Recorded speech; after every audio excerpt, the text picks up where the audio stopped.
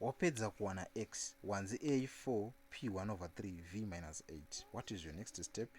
Wakuchingouya from the formula yako pawati x is equal to the square root of a, pana a wakuisani 4 over what, over 9 multiplied by p squared multiplied by 1 over 3 over what is squared over also t minus v wakuchiti minus v which is times minus 8. Wakapedza kudai uchawana x wako ari equal to the square root of 4 over 9 multiplied by 1 over 3 squared uchasara unani, uchasara una 1, then minus wedu times minus 8 uchawana plus 8.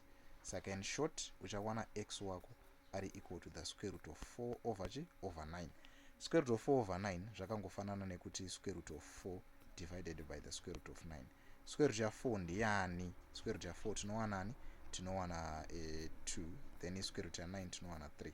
Saka answer yedu tichawana iri 2 over 3. So that is why panapo tikuwana this value iri 2 over 3.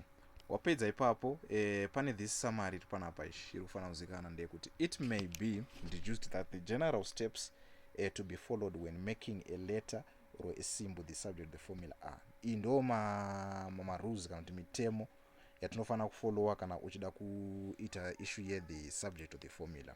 Chinhu chekutanga, you start by eliminating all the root signs and the brackets where necessary. Pese panenge pane ma square root sign kana kuti panenge pane ma brackets ndipo unotanga kudila napo, ndipo unotanga kusolva kana zviri necessary.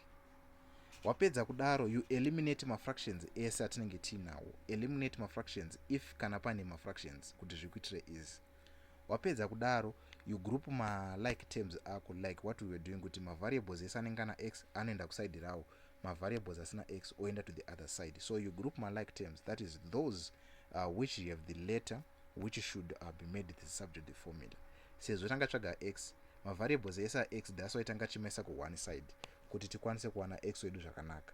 Wapedza kudaro you look kana pane panoda kuitwa the factorization, like pane patasvika panga pachinzi mx minus bx, ndo patiri kutaura kuti wakasvika stage yakadai you factorize my like terms. Uno factorize my like terms wakubvisa x wochiti x wangu akusara ari m minus b.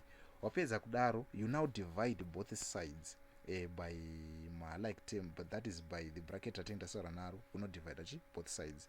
Then wapedza kudaro you now simplify as far as possible. Wakusimplify kusvika pai paunogusikana kuti now this is the subject of the formula.